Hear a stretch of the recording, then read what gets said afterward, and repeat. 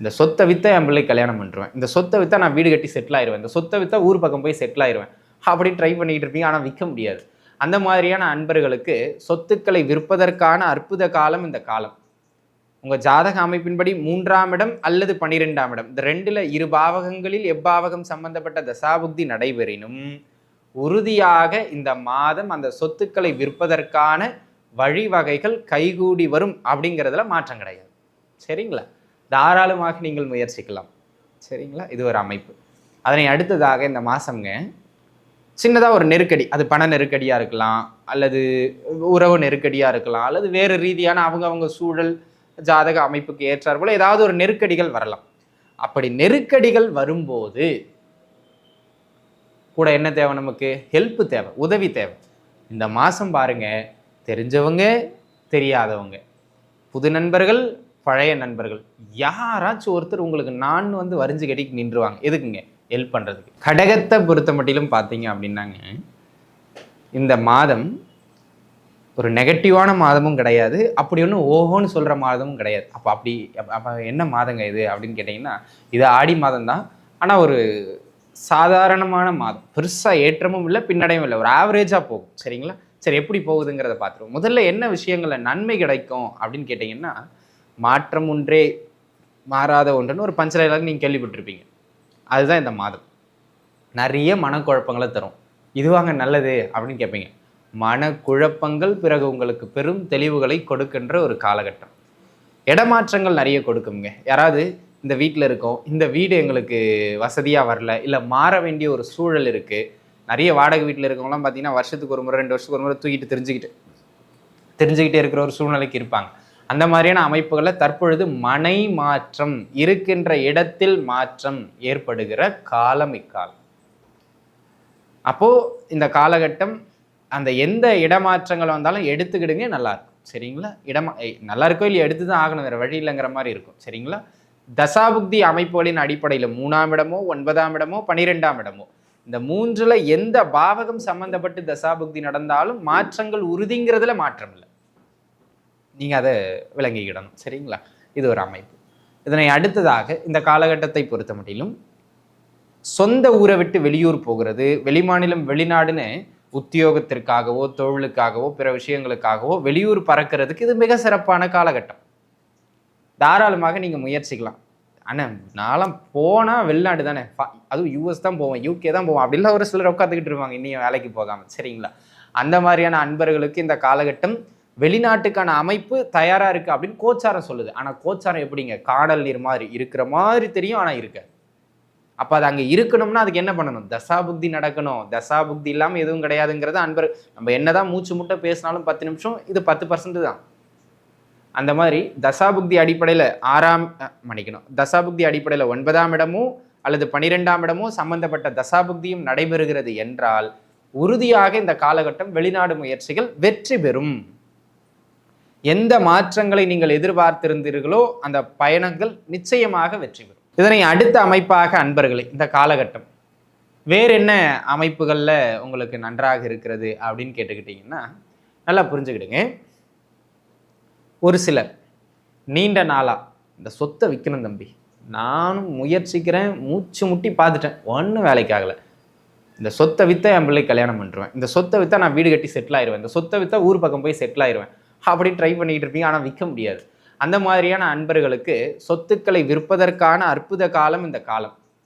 உங்கள் ஜாதக அமைப்பின்படி 3ஆம் இடம் அல்லது 12ஆம் இடம், இந்த 2ல் 2 பாவகங்களில் எப்பாவகம் சம்பந்தப்பட்ட தசாபுக்தி நடைபெறினும் உறுதியாக இந்த மாதம் அந்த சொத்துக்களை விற்பதற்கான வழிவகைகள் கைகூடி வரும் அப்படிங்கிறதுல மாற்றம் கிடையாது.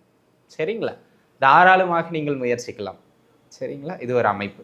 அதனை அடுத்ததாக இந்த மாதம்ங்க சின்னதாக ஒரு நெருக்கடி, அது பண நெருக்கடியாக இருக்கலாம், அல்லது உறவு நெருக்கடியாக இருக்கலாம், அல்லது வேறு ரீதியான அவங்க சூழல் ஜாதக அமைப்புக்கு ஏற்றார் போல ஏதாவது ஒரு நெருக்கடிகள் வரலாம். அப்படி நெருக்கடிகள் வரும்போது கூட என்ன தேவை? நமக்கு ஹெல்ப் தேவை, உதவி தேவை. இந்த மாதம் பாருங்க, தெரிஞ்சவங்க தெரியாதவங்க, புது நண்பர்கள் பழைய நண்பர்கள், யாராச்சும் ஒருத்தர் உங்களுக்கு நான் வரிஞ்சு கட்டிக்கு நின்றுவாங்க. எதுக்குங்க? ஹெல்ப் பண்ணுறதுக்கு. அதாவது பிரச்சனையில சிக்கிற மாதிரி இருக்கும்போது உடனடியாக உதவிகள் கிடைக்கும். ஹெல்ப் கிடைக்கிறது இந்த காலத்துல எவ்வளவு பெரிய விஷயம் நீங்க புரிஞ்சுக்கிடணும். ஆக உதவிகள் கிடைக்கக்கூடியது மாதிரியான அற்புதமான காலம் இந்த காலம். அதுவும் 3ஆம் இடம் சம்பந்தப்பட்டு 11ஆம் இடம் சம்பந்தப்பட்டு தசாபுக்திகள் நடைபெறுகின்றது என்றால் உறுதியாக உங்களுக்கு உதவிகள் கிடைத்தே தீருங்கிறதுல மாற்றம் இல்லை. சரிங்களா? இது ஒரு நல்ல அமைப்பு. இது ஒரு பக்கம் அப்படியே நகருங்க. இதனை அடுத்ததாக அன்பர்களே, இந்த காலகட்டத்தை பொறுத்த மட்டிலும் வேறு என்ன அமைப்புகள் உங்களுக்கு நன்றாக உண்டு அப்படின்னு கேட்டுக்கிட்டீங்கன்னா, கான்டாக்ட்ஸ், புதிய புதிய புதிய உறவுகள், நட்பு வட்டாரங்கள், இவை அதிகரிக்கும் காலம் இது. வெளியூர் போவீங்க, அப்புறம் அங்கே ஹாய் ப்ரோ, ஹலோ ப்ரோ அப்படின்னு அங்கே ஒரு கான்டாக்ட் கிடைக்கும். அது அப்படியே உங்களுக்கு ஒரு பெரிய உதவிகள் செய்கிற அளவுக்கு வட்டாரமாக இருக்கும்.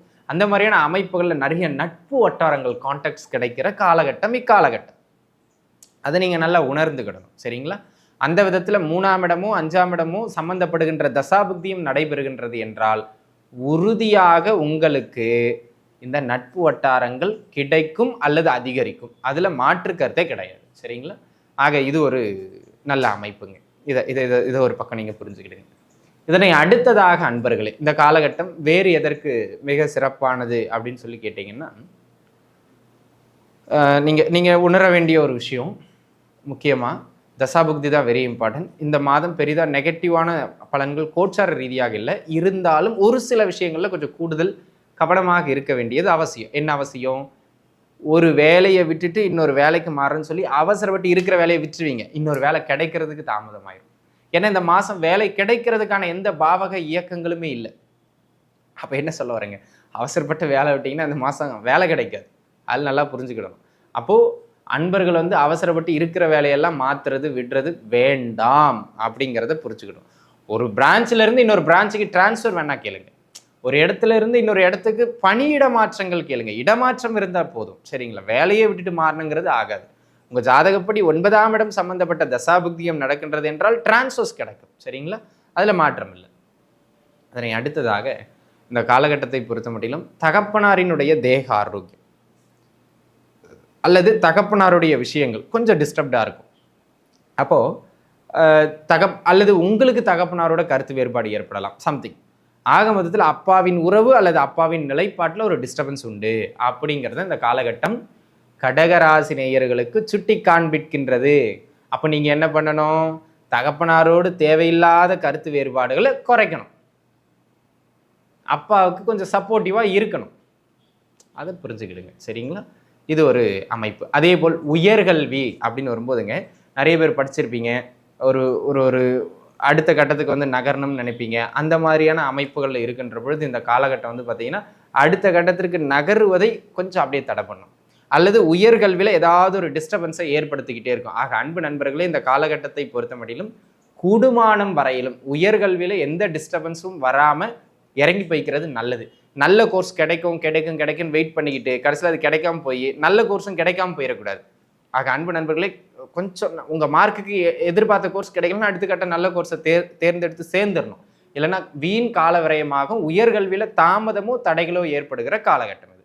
அதில் கொஞ்சம் கூடுதலான கவனத்தோடு நீங்கள் இருந்து கொள்ள வேண்டியது மிக மிக அவசியமானதுங்கிறத புரிஞ்சுக்கிடணும். அதுவும் 8ஆம் இடமோ 12ஆம் இடமோ 6ஆம் இடமோ சம்மந்தப்பட்டு தசாபுக்தி நடக்கின்றதுன்னா வீண் காலம் கழிப்பீர்கள். அதை தவிர்க்கணும். அதை நீங்கள் தவிர்த்துக்கிட்டீங்கன்னா போதுமானது அப்படிங்கிறத அன்பர்கள் உணர்ந்துக்கிடுங்க. இது ஒரு அமைப்பு. அதனை அடுத்த அமைப்பாக அன்பு நண்பர்களே, இந்த காலகட்டத்தை பொறுத்த மட்டிலும்